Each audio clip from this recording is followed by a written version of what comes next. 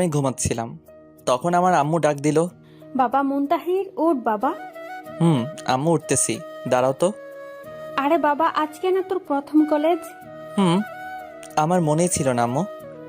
আচ্ছা তুই এখন ওঠ। আম্মু। তারপর আম্মু চলে গেল আর আমিও ঘুম থেকে উঠলাম। এখন ফ্রেশ হতে হবে আর কি। তো আমার পরিচয়টা একটু দিয়ে দেই। আমি মুস্তাহির আহমেদ উকিম।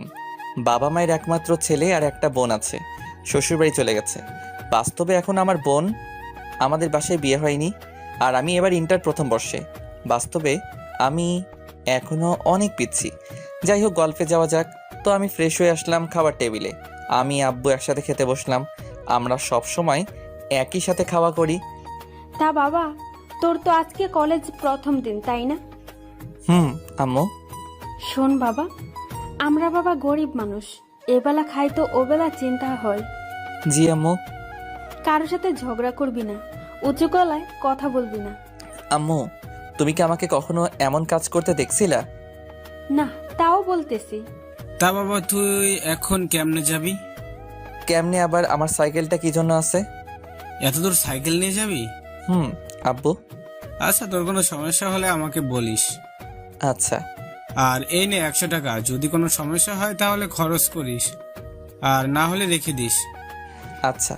তারপর খাওয়া দাওয়া করে আমি আমার পুরাতন একটা সাইকেল আছে ওইটা বের করলাম, যেটাকে সবাই বাইসাইকেল নামে চিনেন, কিন্তু খুব পুরাতন ভাঙাড়ি সাইকেল। যাই হোক, আমার সাইকেল নিয়ে যেতে প্রায় 2 ঘন্টা লাগবে। আমার বাসা গ্রামে আর আমার কলেজ শহরে। 15 কিলোমিটার রাস্তা।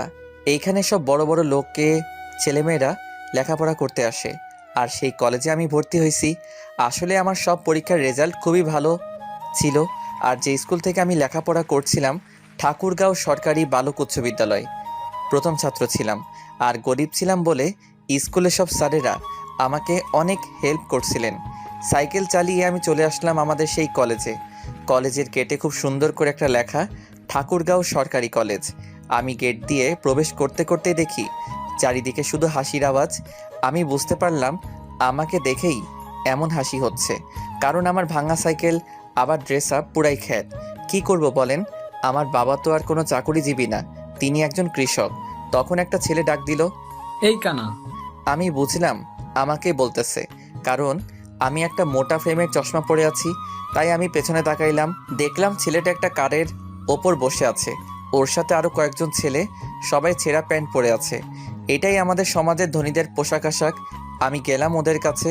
আসসালামু আলাইকুম ভাইয়া। ওয়ালাইকুম আসসালাম। তা বাবু, তুমি কি আজকে নতুন? ভাইয়া, আমি আজকে নতুন। আমি কে জানিস?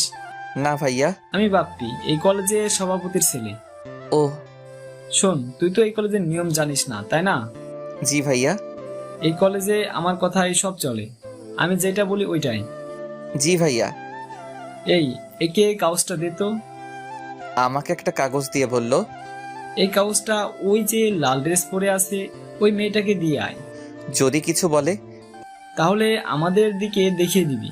আমি চলে গেলাম মেয়েটার কাছে। এই যে আপু, আসসালামু আলাইকুম। ওয়ালাইকুম সালাম। কে তুমি? আপু, আমি আজকে নতুন আসছি। তো আমার কাছে কি চাও? যাও ক্লাসে যাও। আসলে আপু, এটা আপনার জন্য। নিল, নিয়ে রাগে নাক মুখ লাল হয়ে এলো।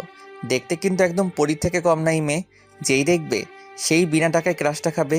আর আমিও তো মানুষ, আমিও হালকাভাবে খাইছি। এটা তুমি লিখছো? না, ওই যে ওরা দিল। কারা?